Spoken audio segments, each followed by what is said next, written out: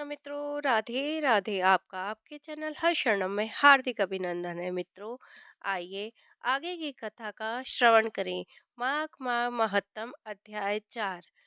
जय श्री कृष्णा। मित्रों, सबसे पहले गणेश जी भगवान का नमन करते हुए और अपने गुरुदेव का प्रणाम करते हुए आगे की कथा का आनंद लें। माघ माह महत्तम अध्याय 4। श्री वशिष्ठ जी कहने लगे कि हे राजन, अब मैं माघ के उस महत्तम को कहता हूँ जो कि राजा शस्त्र अर्जुन ने के पूछने पर दत्तात्रेय जी ने कहा था।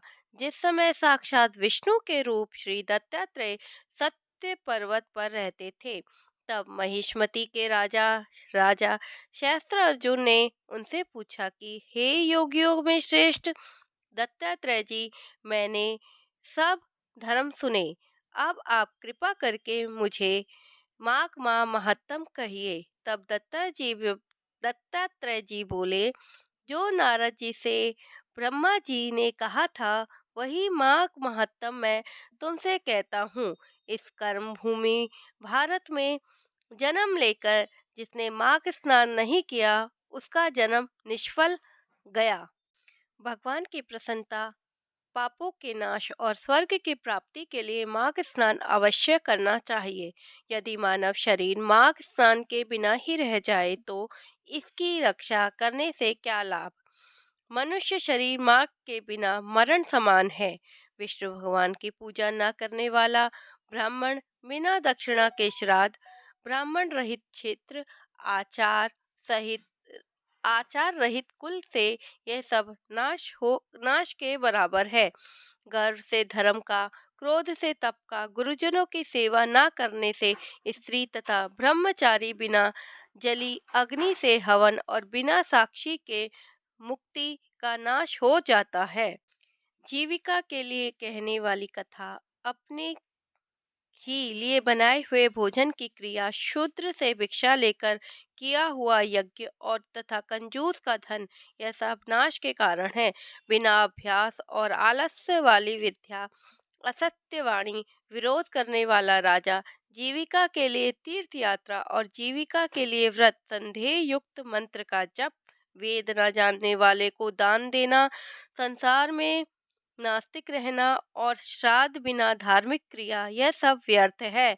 और जिस तरह दरिद्र का जीना व्यर्थ है, उसी तरह माघ स्नान के बिना मनुष्य का जीना भी व्यर्थ है।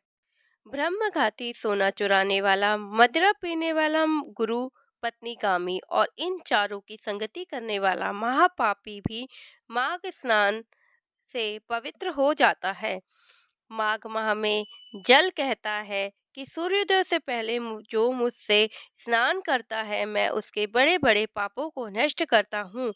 महापातक भी स्नान करने से भस्म हो जाते हैं। महा माघ मास में स्नान का जब समय आ जाता है तो सब पाप अपने नाश के भय से कांप जाते हैं। जैसे मेघों से युक्त होकर चंद्रमा प्रकाश करता है, वैसे ही श्रेष्ठ मनुष्य माघ स्नान में स्नान करके प्रकाशमान हो जाते हैं। काया वाचा मनसा से किए हुए छोटे या बड़े, नए या पुराने सभी पाप स्नान से नष्ट हो जाते हैं। आलस्य बिना आलस में बिना जाने जो पाप किए हो, वह भी नाश को प्राप्त होते हैं।